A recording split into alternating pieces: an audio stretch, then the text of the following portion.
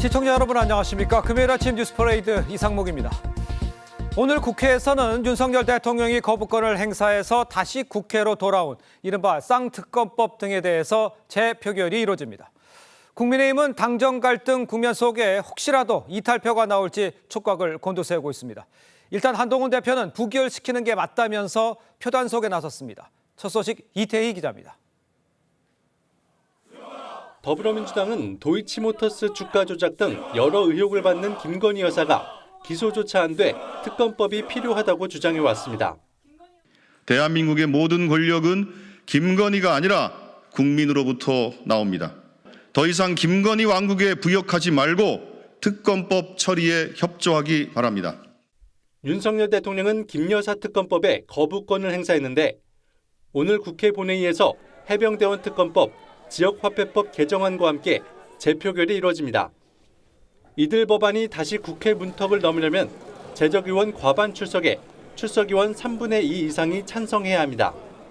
여당에서 8명 이상 이탈표가 나오거나 13명 이상 표결에 불참하면 법안이 통과됩니다. 국민의힘은 야당의 특검 추진은 정쟁용이라며 표단속에 나섰습니다. 민주당이 모든 걸 정하고 민주당 마음대로 하는 특검법입니다. 그런 특검법이 통과되고 시행돼서는 사법 질서가 흔들리게 될 것입니다. 민주당은 또 의원총회를 열고 금융투자소득세에 대한 입장도 최종 결정합니다. 이재명 대표를 비롯한 다수 지도부에서 금투세 유예론에 힘을 싣고 있어 유예 당론이 채택될 가능성이 크다는 분석이 나옵니다. TV조선 이태희입니다. 네, 우리 군은 국군의 날 시가 행진에서 세계 최대 8톤 탄두를 자랑하는 현무5 등 이 첨단 무기의 위용을 과시를 했었죠. 윤석열 대통령은 북한의 핵무기를 쓰면 종말의 날이 될 것이라면서 경고도 했었는데 북한 김정은 이와 관련해서 핵 보유국 앞에 압도적 대응을 운운하는 건 온전치 못하다면서 핵무기 사용 가능성을 언급하며 위협했습니다. 성민혁 기자입니다. 국군의 날 행진에 육중한 몸집의 현무5가 등장합니다. 세계 최대 8톤에 이르는 탄두를 장착해 지하 벙커를 초토화시킬 수 있어 전술에게 버금간다는 평가를 받습니다. 북한에겐 공포의 대상인데 윤석열 대통령은 기념사에서 북한의 핵무기에 강력 대응을 전명했습니다. 만약 북한이 핵무기 사용을 기도한다면 그날이 바로 북한 정권 종말의 날이 될 것입니다. 이와 관련 김정은 북한 노동당 총비서는 핵보유국 앞에서 압도적인 대응을 입에 올렸다며 윤 대통령을 두고 온전치 못한 사람이라고 비난했습니다.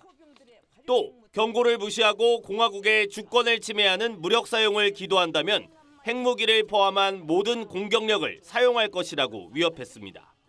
김여정 노동당 부부장도 국군의 날 행사를 두고 핵 보유국 앞에서 졸망스러운 처사라고 깎아내렸습니다.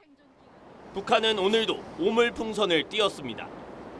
이 일에 이어 이틀 만인데 풍선은 바람을 타고 경기 북부 등 수도권으로 이동하고 있습니다. TV조선 성민혁입니다. 올해는 한미동맹 71주년이 되는 해입니다. 그동안 정부 차원에서 한미동맹에 대한 이 중요성이 강조돼 왔는데 이번에는 민간단체에서 한미동맹을 강화하기 위해 대규모 행사를 엽니다. 하동원 기자입니다. 휠체어를 탄 외국인이 묘비에서 눈을 떼질 못합니다. 한국 전쟁 당시 함께 싸웠던 전우들을 추억하며 묵념으로 넋을 기립니다. 이참정 용사는 17살 때 미 공군으로 전쟁에 참여했는데 90살 백발 노인이 돼 다시 우리나라를 찾았습니다. But it was an important war. We together have stopped communism, and that is the most important part of my life. 민간단체인 한미연합회는 지난 1일부터 한미동맹 71주년을 기념하는 행사를 열고 있습니다. 정부 차원의 한미동맹 강화 움직임이 민간으로 확산된 겁니다. 피란 수도였던 이곳 부산에서는 참전용사와 주한미군 장병 등 1000여 명이 모여 한미동맹의 의미를 되새겼습니다. 한미동맹을 더욱 발전시키기 위해선 민간 교류가 필요하다는 공통된 목소리가 나왔습니다. 양국 국민 교류의 활성화를 중점적으로 추진하는 것은 필요할 뿐만 아니라 아주 마땅하다. Through cultural exchanges, joint educational programs, and shared experiences, we foster understanding and respect between our nations. 한미연합회는 교류 활성화를 위해 매년 한국과 미국에서 행사를 열 계획입니다. TV조선 하동훈입니다. 네, 법사위에서 열린 쌍방울 대북송금 사건 담당 검사 탄핵을 위한 청문회에서 1심에서 실형을 선고받았던 이화영 전 부지사가 증인으로 나와 검찰 수사와 재판부를 비판한 것에 대해 검찰이 입장문을 내고 반박에 나섰습니다. 청문회의 목적이 자신의 항소심과 이재명 대표의 대북송금 사건에 영향을 미치기 위한 것이었고 국회로 법정을 옮긴 셈이었다며 강하게 비판했습니다. 곽승한 기자의 보도입니다. 수원지검은 A4 2장 분량의 입장문에서 이화영 전 경기도 평화부지사가 처음부터 끝까지 일방적으로 허위 주장을 반복했다고 직격했습니다. 검찰청에서 연어와 술을 먹으며 진술 회유와 압박이 있었다는 주장에 대해 이 전 부지사는 객관적 증거가 제시될 때마다 음주 시간과 장소, 심지어 음주 여부까지 번복했고 자신의 변호사로부터 회유당했다고 하는 등 주장의 일관성과 신빙성이 없다고 지적했습니다. 진술을 번복한 건 이재명 민주당 대표를 보호하기 위한 것이란 주장에 대해선 이해 득실이나 정치 상황에 따라 언제든 허위 사실을 지어낼 수 있음을 인정한 것이라고 했습니다. 검찰은 중대범죄로 재판 중인 피고인을 국회에 불러 전 국민에게 생중계되는 거짓말을 마음껏 하게 하고 수사 검사에 대한 탄핵의 근거로 삼으려 한다며 청문회 자체도 비판했습니다. 또 청문회의 목적이 이화영 항소심 재판과 민주당 대표 대북송금 사건에 영향을 미치려는 것이라며 이는 객관적이고 공정해야 할 사법을 정치의 영역으로 끌어들이는 행태라고 꼬집었습니다. 검찰은 특히 앞으로 다수당이 재판 결과에 불만을 가지면 언제든 국회 내 재판을 열 수 있게 될 것이라고 우려했습니다. TV조선 곽승환입니다. 자, 앞서 전해드린 대로 오늘 국회 본회의에서 윤석열 대통령이 두 번째로 거부권을 행사한 이 김건희 특검법 재표결에 붙여집니다. 노동일 파이낸셜 뉴스 주필 이승훈 더불어민주당 전략기획위 부위원장과 함께 정치권 소식 지금부터 자세히 짚어보겠습니다. 안녕하십니까? 안녕하세요. 안녕하세요. 먼저 한동훈 대표 재표결을 하루 앞두고 부결을 설득할 것이다 이렇게 말을 했습니다. 목소리를 한번 직접 들어보겠습니다. 지금 민주당이 통과시키려고 하는 특검법은 민주당이 모든 걸 정하고 민주당 마음대로 하는 특검법입니다. 그런 특검법이 통과되고 시행돼서는 사법 질서가 흔들리게 될 것입니다. 저는 그렇기 때문에 이 민주당이 통과시키고자 하는 지금의 이 특검법에 대해서는 부결시키는 것이 맞다고 생각하고 당원들에 대해서도 그리고 당 의원들께도 그런 설득을 드릴 생각입니다.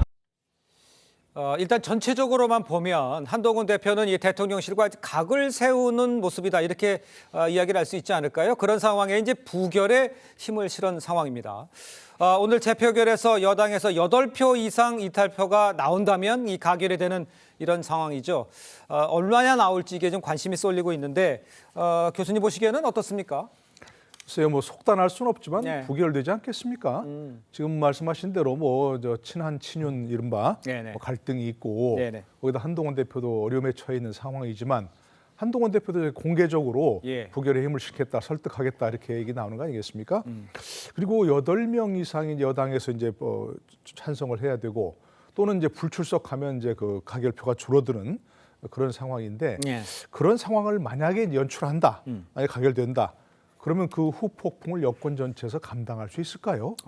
아예 갈라서자 뭐 이런 말 나올 것이고 뭐 탈당한다 이런 대통령 탈당하겠다 이런 게 나올 것이니까 현재로서는 뭐 여권 전체의 갈등이 그 정도까지 가겠다 이렇게 보기는 어려운 상황이고 뭐 속단할 수는 없지만 뭐 부결되지 않을까 이렇게 생각합니다. 알겠습니다.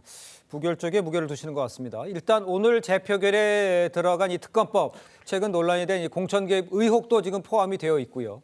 첫 번째 법원보다 수사 대상이 확대되어 있는 이런 상황이죠.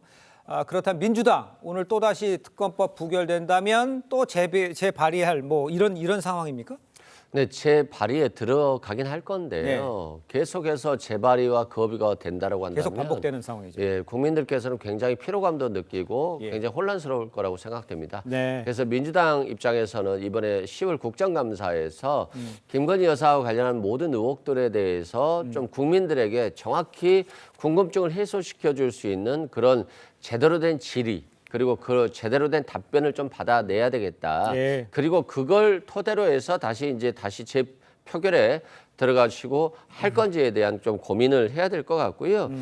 다만 이제 한동훈 대표가 이번에 뭐 부결을 요청했는데 뭐 대표 입장에서 보면 지금 대통령에게서도 면담도 안 되는 상황이기 때문에 일단은 화해 제스처를 취하는 것으로 보여지는데요. 민주당의 마음대로 민주당이 아닐 뿐이다라고 했다라고 한다면 국민의힘에서도 한동훈 대표가 약속한 대로 국민의힘에 좀 안을 내서 국민들이 이제는 끊어주기를 원하는 거잖아요. 뭐 도이치모터스 의혹, 명품백 의혹, 뭐 관저 공사 의혹, 양평 고속도로 의혹 너무 많거든요. 공천 개입까지. 이 부분들에 대해서 한동훈 대표가 좀 적극적으로 이 의혹을 해소시켜 줄 수 있는 안들을 마련했으면 좋겠다. 이렇게 생각됩니다. 알겠습니다. 일단 이런 그 재발의와 관련한 것과 별개로 부결이 된다 해도요. 민주당은 7일부터 시작된 이 국감에서는 김 여사 관련 의혹을 정조준한 방침이다. 이렇게 알려져 있습니다. 그러니까 여당 이렇게 나오다 보니까 여당 내에서 김 여사가 직접 사과해야 된다는 목소리도 이제 좀 점점 커지는 것 같은데 이 부분은 사과를 해야 된다라고 하는 면도 있지만 사과한다고 끝이 아니다. 이런 지적도 있는데 이거 어떻게 보면 좋겠습니까? 글쎄요, 전 개인적으로는 뭐 오래전부터 김 여사가 직접 사과를 하고 국민들께 정말 그 죄송하다는 말씀을 드려야 된다라고 얘기했고요. 지금도 변함이 없습니다. 사과 필요하고 지금이라도 해야 한다. 지금이라도 늦었지만 물론 뭐 대통령실이라든지 이런 여권 내부에서도 사과해야 한다. 뭐 사과하면 잘못을 인정하는 게 된다. 뭐 그다음 공세가 더 거세질 것이다. 이렇게 부정적인 기류가 있다고 이렇게 양립하고 있다고 얘기를 듣고 있습니다. 그런데 막 총선 전부터 이런 얘기가 나와서 좀 오래된 얘기 아닙니까? 그럼 지금이라도 뭔가 매듭을 짚고 가야 된다 이렇게 생각합니다. 법적 문제는 뭐 무혐의로 종결이 됐다 하더라도 이게 정치적 문제로 비화했던 거 아니겠습니까? 그렇다면 지금이라도 김 여사 정말 진솔하게 국민의 이해를 구하는 사과를 해야 한다고 생각합니다. 사과하면 더 공세가 커질 것이다. 그럼 사과 안 하면 공세 안 하나요? 민주당이? 지금도 말씀하셨지만 또 재발의하고 뭐 한다는 거 아니겠습니까? 국감에서도. 근데 만약 김건희 여사가 정말 진솔하게 사과하면 국민들 여론에서 어떻게 보겠습니다. 아니 저렇게까지 사과했는데 너무한 거 아니냐? 그런 말이라도 나올 거 아니겠습니까? 그러니까 지금 사과하지 말아야 한다. 뭐 사과하면 더 공세가 거질 것이다. 그런 얘기는 하나만 알고 둘 모르는 그런 얘기라고 생각합니다. 알겠습니다. 민주당의 대응이 아니라 국민의 눈높이에서 맞춰서 사건을 풀어가는 게 맞지 않겠는가라는 지적을 해주신 것 같습니다. 자, 계속해서 다음 이야기도 좀 해보겠습니다. 한동훈 대표에 대한 이 공격 사주 의혹이 불거진 김대남 전 대통령실 행정관 녹취록을 지금 놓고요. 후폭풍이 이어지고 있습니다. 당내에서 나온 이야기를 한번 들어보겠습니다. 진상조사하겠다면 김대남 씨가 탈당할 거라고 익히 예상을 했었습니다. 예상하셨어요? 탈당 처리가 된다 할지라도 굉장히 중대한 사건이라고 보기 때문에 진상조사는 충분히 가능합니다. 이런 것들이 김대남 혼자 다 벌인 그런 거라고 보기는 상식적으로 힘들겠죠. 한 가지 확언드릴 수 있는 건 이분이 직접 대통령님이나 또는 영부인과 연락을 주고받을 만한 위치에 있는 사람은 전혀 아니었다. 실체보다는 해프닝이 조금 더 과장된 측면이 있는 것 같다는 생각이 많이 듭니다. 그러니까 지금 이게 배후가 있다. 혼자서는 도저히 못한다. 이런 얘기가 있는가 반면에 해프닝이다. 혼자서 지금 일을 하다가 이렇게 불거진 거다. 이렇게 이야기가 오기잖아요. 밖에서 봤을 때는 어떻게 보셔요? 어떻게 행정관 수준에서 혼자 다 할 수 있겠어요? 저는 최소한 윗선은 있다고 봐요.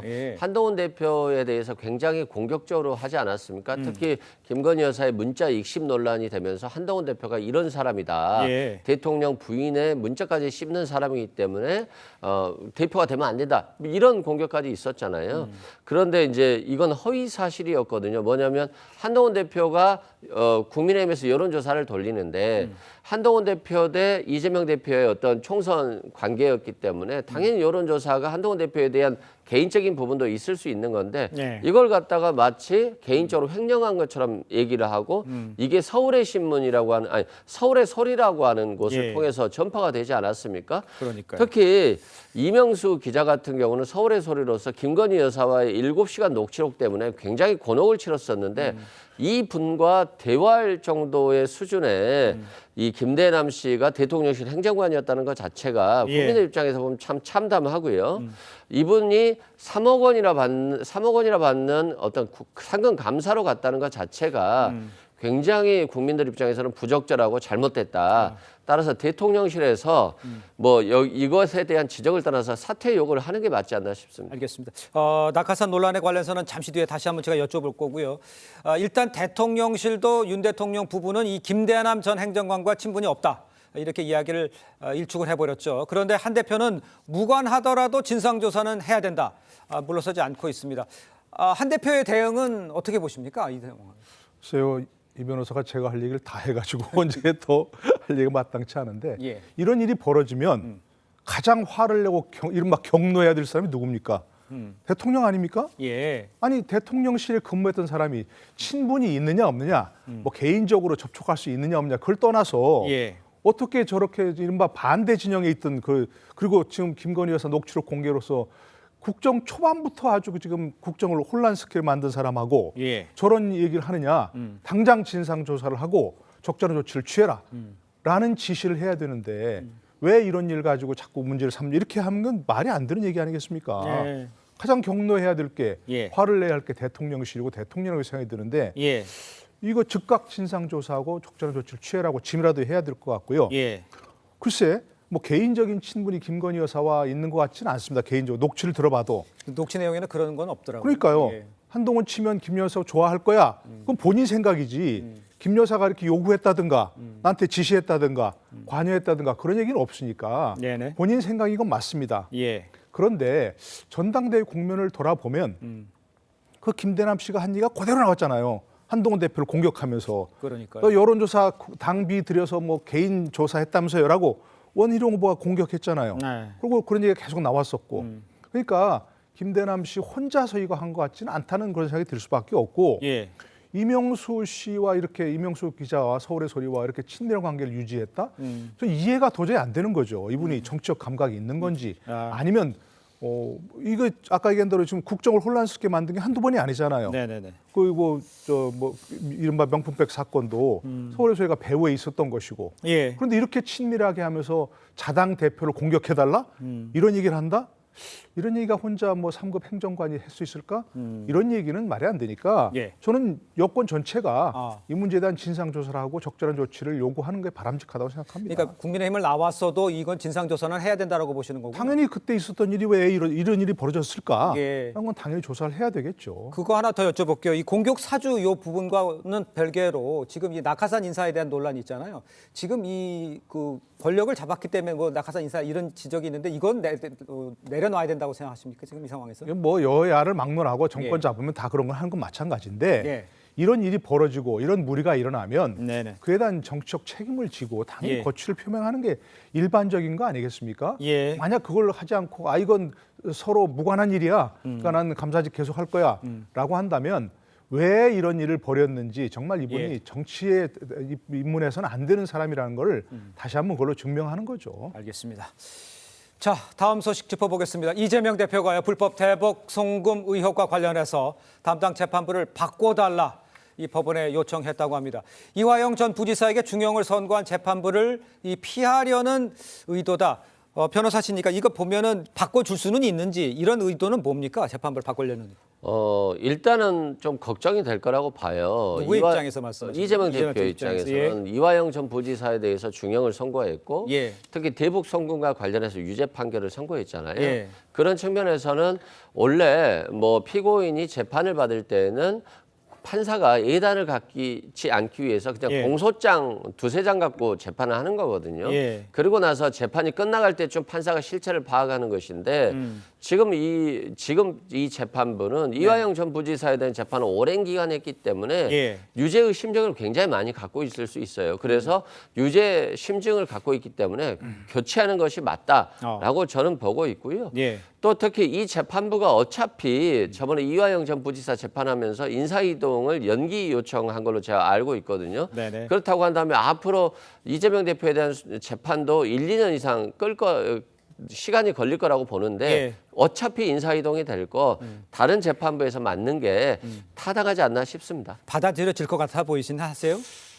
쉽지는 않을 것 같아요. 뭐 어차피 재판부도 네네. 또 법원도 좀 정권과의 관계에 있어서 좀 불편한 부분이 있을 것으로 보여지고요. 예. 또 이것들이 어떻게 보면 바꿔주는 것 자체가 또 법원에서 이재명 대표 편드는 거 아니야. 또 이런 것까지도 의식할 수 있기 때문에 네네네. 쉽지는 않을 것 같습니다만 저는 오히려 바꾸는 게 법원 입장에서 보면 더 공정한 재판을 하고 있다라고 하는 인식을 심어줄 수 있기 때문에 그것도 좋은 방법 중에 하나라고 내용을 봅니다. 가장 잘 알고 있는 판사가 하고 있는데 그와 관련된 걸 다른 재판부로 넘기면 언제 재판이 나올 수가 아니 없어요, 왜 결과가. 그러냐면요. 네. 실제 재판을 할 때는 판사는 유죄 예단을 갖지 않고 증인들도 불러서 다 물어보고 해야 되는데 이미 다 그 판사는 다 했던 판사거든요. 그런 측면에서는 피고인의 이익을 위해서 공소장의 일본주의라고 하는 게 있기 때문에 저는 좀 그렇게 적절해 보이지 않습니다. 알겠습니다.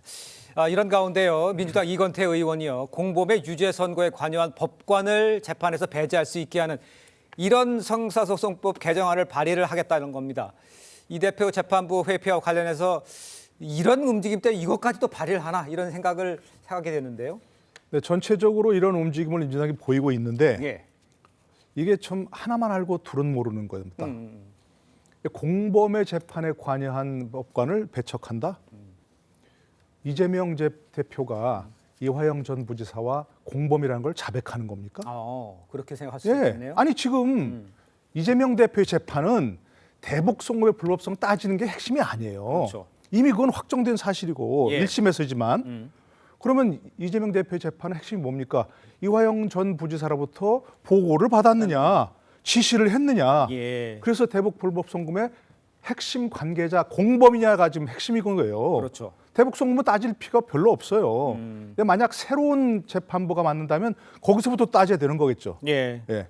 그러니까 현재 그 재판부가 맞는 게 맞고 네네. 만약에 민주당에서 이 문제 자꾸 회피하려고 하고 이화영 부지사와 뭔가 예단을 갖고 있는 거 아니냐라고 한다면 그리고 아까 말씀하신 그런 법률 네네. 공범의 재판에 관여한 재판부가 관여할 수 없도록 한다. 그러면 이 대표와 이화영 부지사가 공범이라는 걸 인정하는 건가? 뭐 이렇게 생각할 수 있다. 그러니까 그럴 수밖에 없다는 얘기입니다. 그러니까 이거는 오히려 화를 더 불러오는 그런 일일 수 있습니다. 알겠습니다. 잘 생각해야 됩니다. 이거는. 알겠습니다. 자, 이런 가운데 이제 그제요. 이화영 전 부지사가 증인으로 출석한 이 법사위 검사 탄핵 청문회를 두고 여파가 이어지고 있죠. 이 전 부지사가요. 쌍방울 김성태 전 회장의 폭로를 걱정하는 내용이 담긴 이 녹취가 공개되기도 했습니다. 직접 한번 들어보시죠.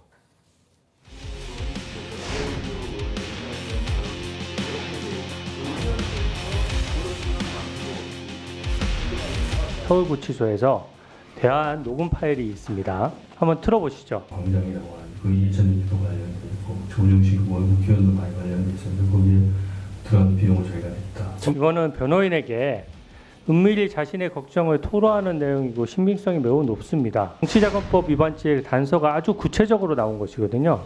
저 녹취를 어디서 구했습니까? 녹취를 틀려면 전부 다 트세요. 저렇게 부분만 짜집게 해가지고 꼭 검찰이 하는 행태처럼 하시네. 그러니까 이제 그럼 이제 위원회 전체 위원회에 대해서 국민의 의원님들 조용히 하세요. 좀 들어보자고요.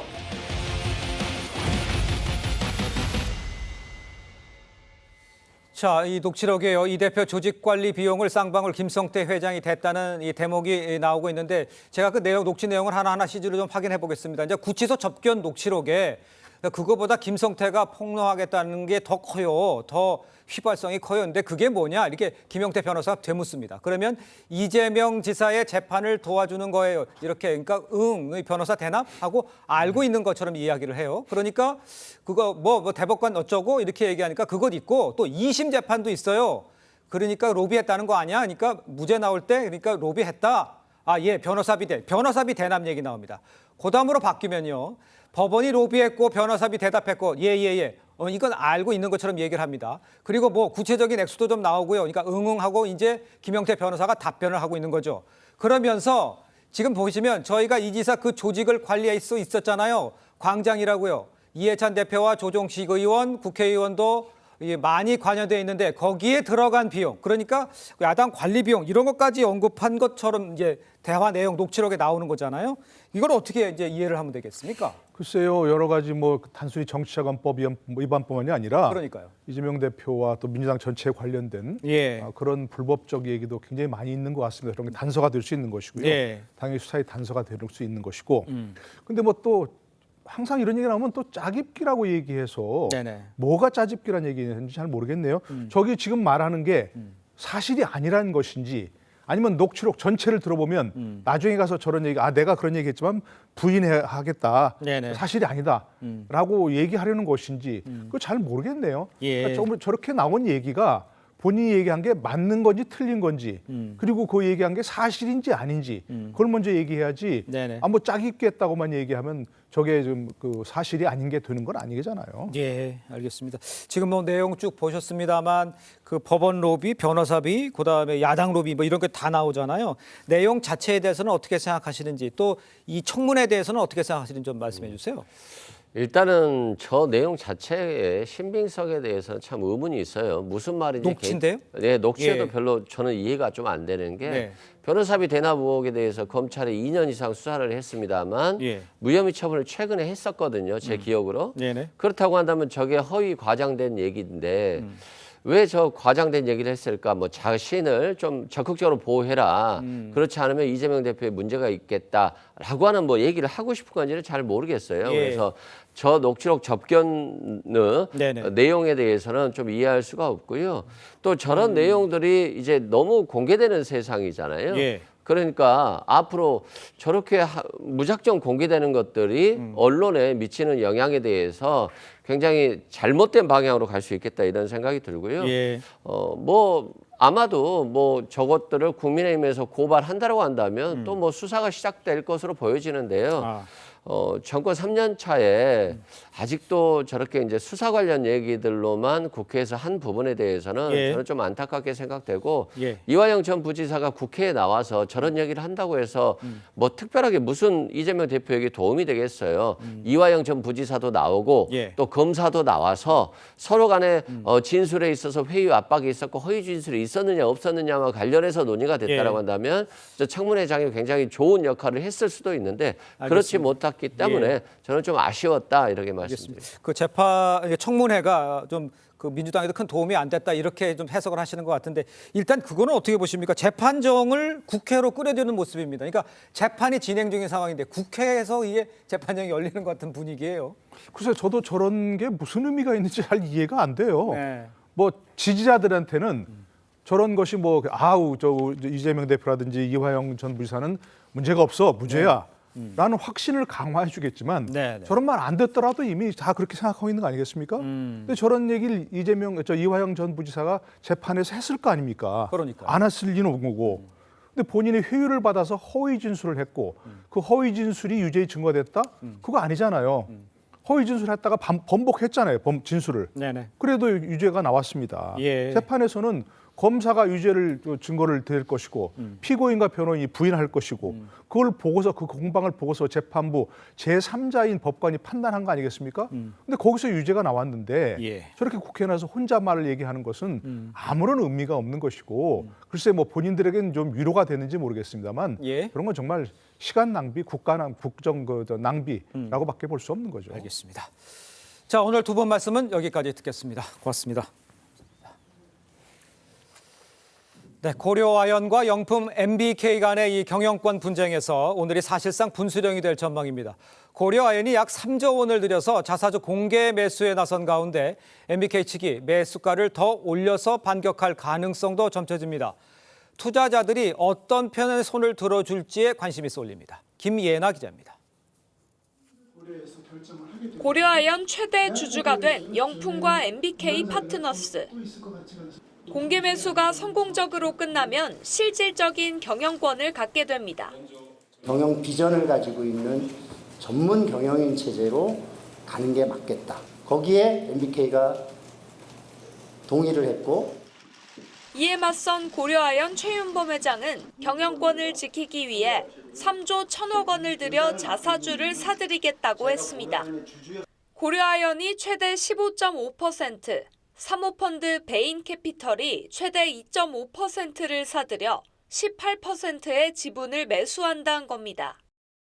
주주들로 하여금 확실하게 저희가 지금 제안하는 공개 매수에 참여하도록 하기 위해서 MBK 영풍 공개 매수가 끝나고 고려아연의 자사주 공개 매수가 시작되는 오늘이 경영권 싸움의 분기점이 될 거란 관측이 나옵니다. 기존 주주가 MBK 영풍 손을 들어준다면 분쟁은 막을 내리지만 최 회장 편에 선다면 2라운드에 접어들 수 있습니다. 영풍 MBK는 주당 75만 원, 고려아연은 83만 원을 매수가로 제시했는데 주가가 폭등하면 MBK가 다시 매수가를 올릴 가능성도 점쳐집니다.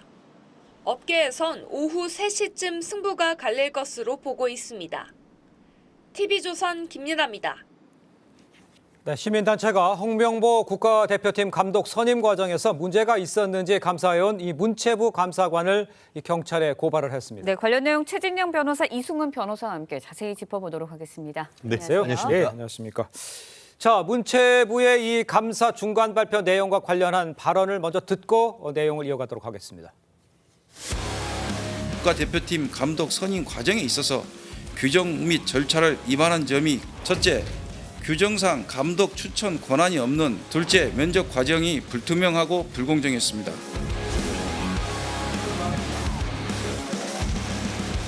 절차적 하자가 있다고 해서 홍명보 감독과의 계약이 무효라고 판단하기는 어렵다고 생각합니다. 저는 이미 심리적 해임, 정말 세상의 변화를 진짜 못 읽고 있는 겁니다. 지금 내용을 들으셨습니다만 시민단체가 문체부 감사관을 고발을 한 겁니다.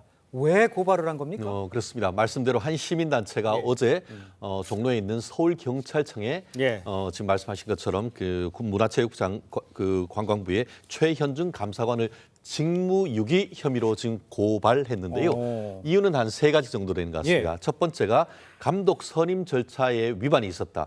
예컨대 이제 이임생 기술총괄 이사 같은 경우에는 이 감독 선임과 관련되는 추천 권한이 없음에도 불구하고 이임생 그 기술위원장이 홍 감독이 이제 그 추천하는 과정에서 개입했다는 점. 두 번째, 이 면접 과정이 좀 불공정하고 불투명했다라는 것인데요.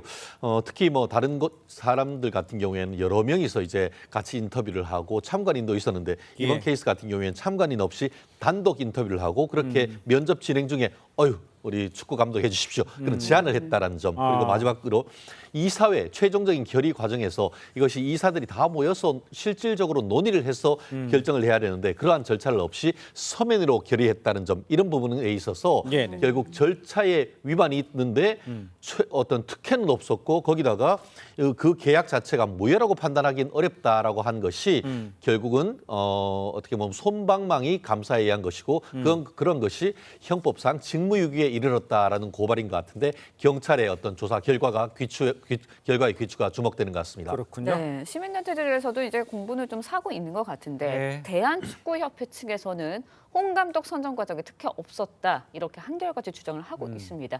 감사 결과와 관련해서 이런 입장 어떻게 보세요? 그러니까 대한축구협회는 이런 것 같아요. 아니 외국인 감독 선정할 때도 외국까지 가서 면접하고 오고 있고 그리고 또 뭐 선임 과정에 있어서도 이렇게 일어난 경우들이 많이 있다 뭐 이런 취지인 것 같은데 결국 홍명보 감독 선임에 문제가 없다라고 보는 것 같아요. 그런데 투명하게 해야 되는 거잖아요. 근데 빵집에서 면접을 봤다는 건 좀 이상하지 않나요? 그리고 빵집에서 면접을 보면서 당신이 어떤 점이 좋은지 장점이 있고 단점이 있는지 어떻게 본인의 생각 어떤 이걸 물어봐야 되는데 정작 감독해 주세요라고 했다는 거잖아요. 그렇기 때문에 굉장히 불공정하고 불투명했다. 이건 뭐 국민들도 모두 알 것 같고요. 뭐 국회의원들도 모두 알 것 같은데 결국에는 이 부분에 대해서 감사 결과 무효는 아니다. 라고 했는데 이 무효라고 보기는 어려울 것으로 보여집니다. 법적으로 봤을 때는. 다만 국민들 입장에서 보면 굉장히 잘못됐잖아요. 그럼 누군가가 책임을 져야 되는데 홍명보 감독이 사퇴를 하는 방식으로 책임을 지거나 아니면 축구협회장 정몽규 회장이 사퇴를 하거나 둘 중에 하나가 있어야 되는데 아무것도 없이 뭉개고 있기 때문에 결국에는 국민들의 불만이라든가 이런 것들이 굉장히 나쁘고요. 성적도 좋지 못할 경우에는 더 실망이 클 것 같습니다. 그러니까요. 네. 이런 가운데 이제 박문성 축구 해설위원이요. 문체부 감사 중간 발표 관련해서 정몽규 협회장과 이 홍 감독 향해서 야 이미 심리적 해임 상태다 이렇게 직격을 했어요. 이거는 어떻게 보면 되겠습니까? 뭐 심리적 해임일지 모르지만 실무적으로는 지금 해임을 하지 않기 때문에 그러니까요. 축구인들이 상당히 불만인 것 같습니다. 특히 뭐 지금 얘기하신 것 같은 경우에는 예선에서 본선에 잘 나가서 결과만 좋으면 되는 것이지 그 과정이 무슨 문제냐 하는 그런 식의 어떤 방식 자체가 국민들의 어떤 높아진 눈높이에 맞지 않다라는 부분과 관련해서 질타를 하고 있고요.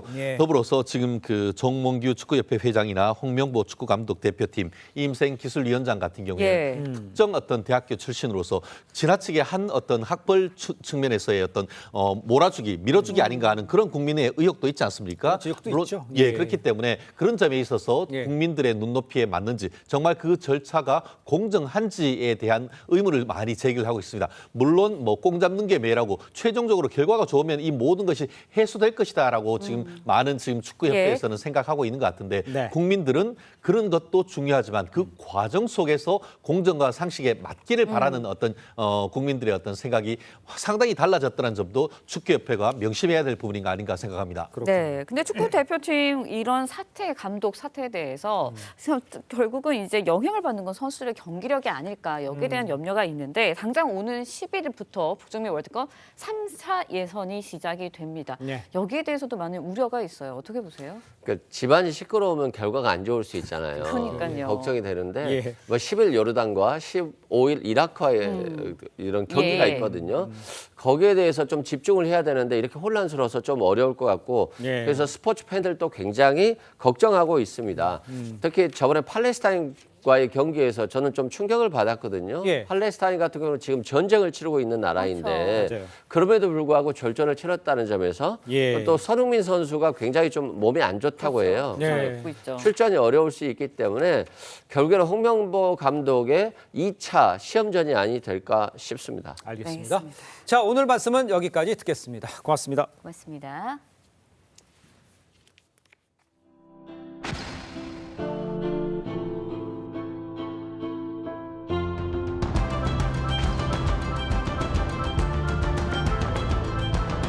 이 나이에 미스 유니버스 코리아 대회에 참가했죠. 누가 상상이나 했겠어요? 세계의 시니어들에게 희망과 용기를 전합니다. 나이는 숫자에 불과하니까요.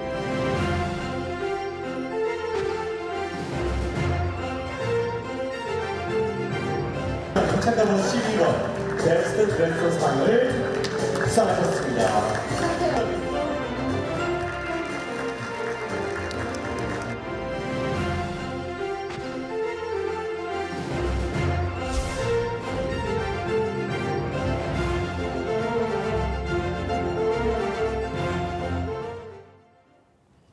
네, 대한민국 최고의 화제 인물을 만나보는 시간이죠. 피플 퍼레이드 시작합니다. 오늘은요, 국제 미인대회죠. 미스 유니버스 코리아의 최고령자로 참가한 시니어 모델 최순아 선수님 함께합니다. 안녕하세요. 안녕하세요. 네, 먼저 이렇게 실제로 뵈니까요. 올해 연세가 80이라고 들었는데 아직 생일이 안 지나셔서 만으로 80이라고 들었는데 그런데 실제로 보니까 피부도 너무 좋으시고요. 너무 건강해 보이세요. 먼저 이제 언론으로 많이 소개가 됐는데 시청자 여러분께 간단하게 자기소개 좀 부탁드릴게요. 안녕하세요. 시니어 모델 10일 만에 있으면 제가 만 81세입니다. 아이고. 최순아입니다. 네, 저희가 듣기로는요 모델 활동을 시작하신 게 74살에 시작을 하셨고 72에 시작을 하셨고 뭐 런웨이에서 뭐 나이로 뭐 데뷔를 하셨다고 들었어요. 그리고 이제 모델 활동 하시기 전에는 병원에서 간병인으로 일하셨던 것으로 알고 있는데 어떤 계기로 이렇게 시니어 모델을 하게 되신 건지?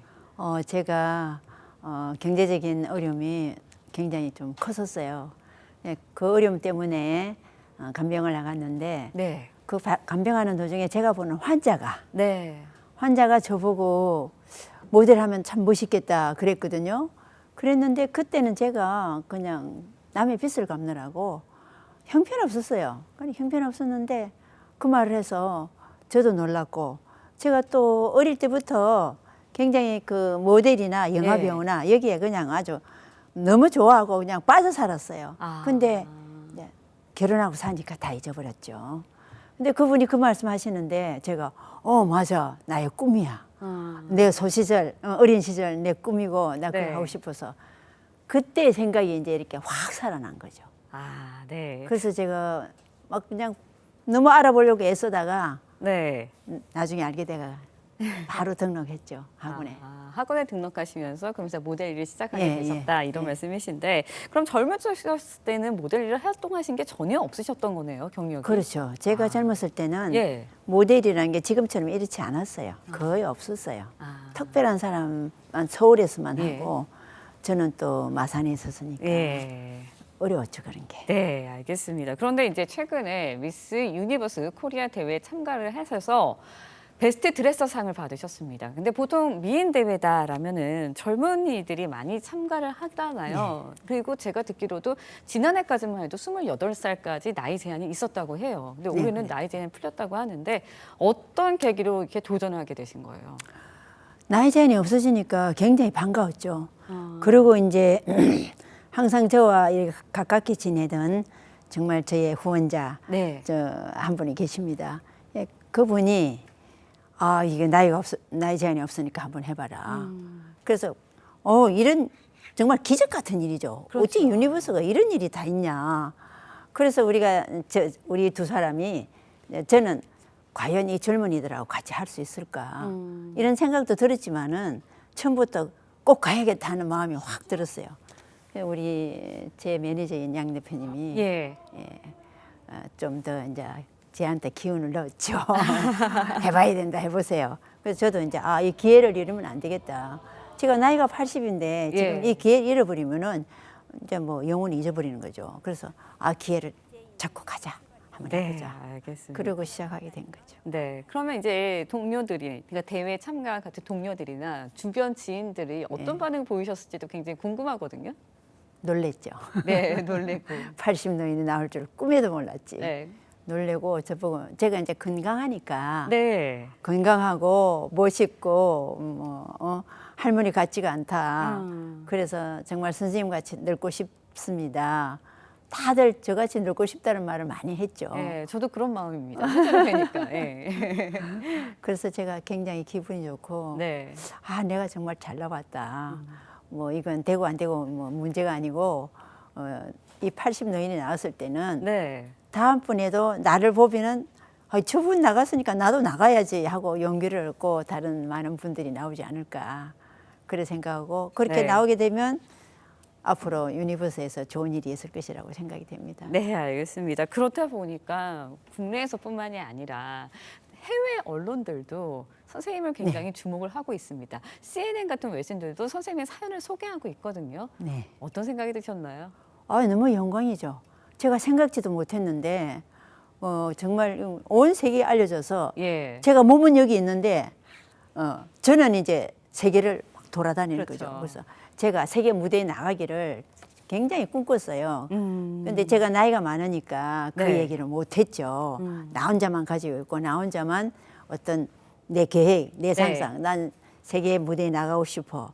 세계 무대에 나오면 이렇게 하고 싶어 하는 그런 어떤 상상을 제가 항상 하고 있었어요. 근데 그 상상한 지가요, 제가 올해로 7년입니다. 7년 동안 그게 마음에서 변하지 않는 거야. 그런데 정말 저의 멘토인 양 대표님이 그냥 제 꿈이 이루어지도록 굉장히 이제 노력하고 애써 주신 거죠. 그래서 제가 지금도 생각하면 나는 여기 있는데 지금 온 세계로 다니고 있구나. 이런 세상이 왔구나. 나한테 이런 복이 왔구나. 이런 일이 있으려고 내가 7년 동안 기다렸구나. 그래서 굉장히 기쁘고 제 생애 최고의 해죠. 네. 제 생각에는 조만간 또 세계 무대에서 진짜로 실제로 서셨다. 이런 뭐 뉴스도 좀 네. 접하지 않을까 이런 기대도 있는데. 그래 되면 그냥 네. 그때도 정말 영광이에요, 영광이죠. 네, 그때 뭐 시그니처 포즈가 있다든지 그런 게 있으면 시청자 여러분들 위해서 한번 보여주실 수 있을까요? 뭐 한번 해보죠. 예. 한번 보여주시죠. 여기 앞에 무대로 좀 나가셔서 한 번만 보여주시면 어떨까요?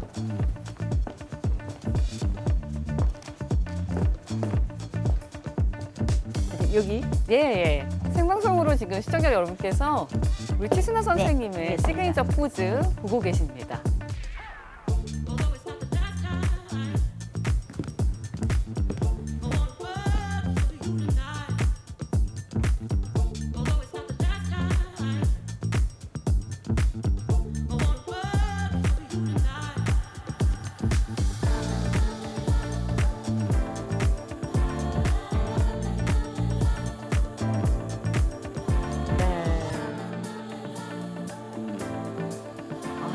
정말 제가 박수가 절로 나옵니다. 최순아 선생님 이제 들어오시죠.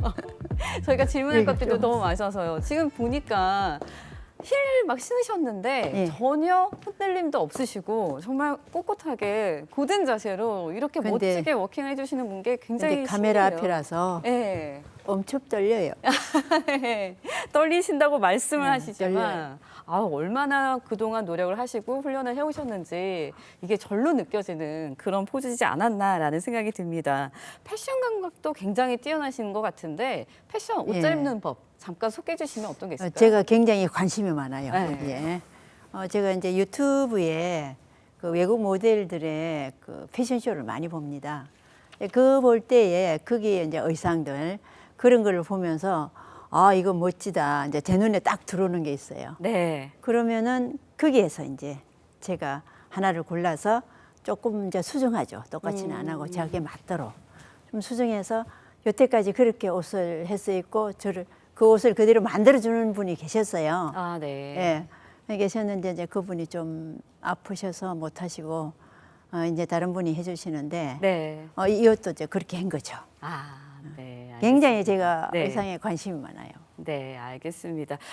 사실 저희가 여쭤보고 싶은 게 굉장히 많은데 오늘 시간 관계상 짧게 한번 하나만 더 여쭤본다면 많은 시청자분들이 이거 보시면서 최 선생님 어떻게 몸매 관리 하시는지 몸매 관리 위해서 뭐 안 하시는지 이런 거 굉장히 궁금하실 것 같아요. 건강 관리, 몸매 관리. 건강 관리는 제가 아침 식사를 항상 빵으로 먹었는데 제가 과일로 바꾼 지가 한 6년 됐습니다.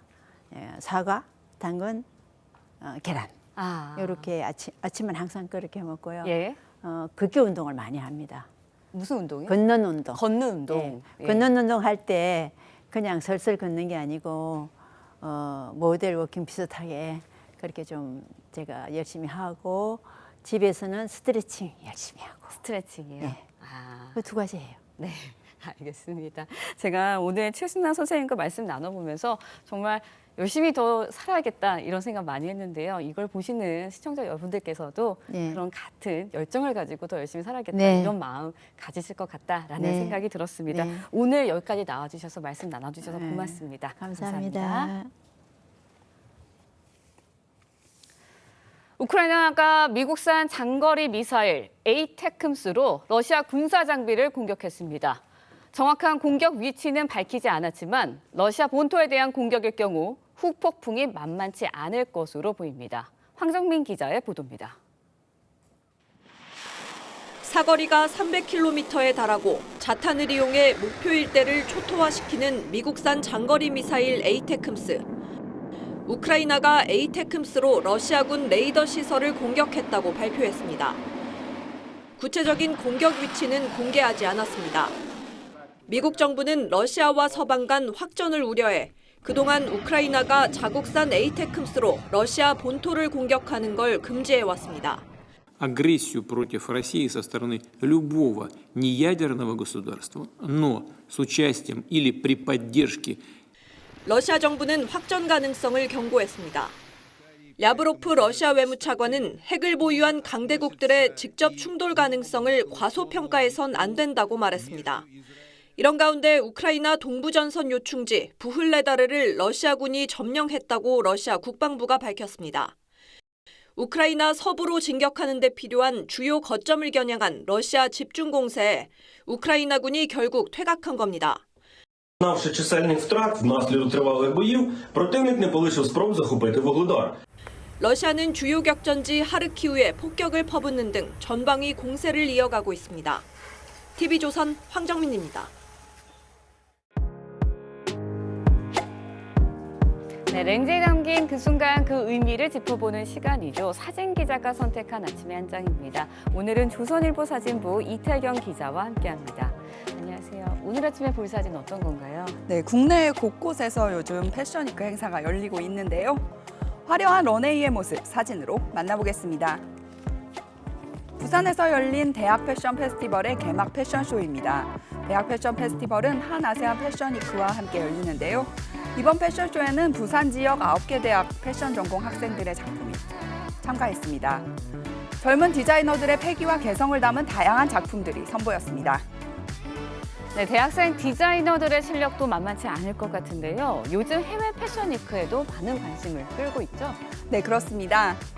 내년 봄, 여름 시즌의 트렌드를 알리는 해외 패션위크도 최근 열렸는데요.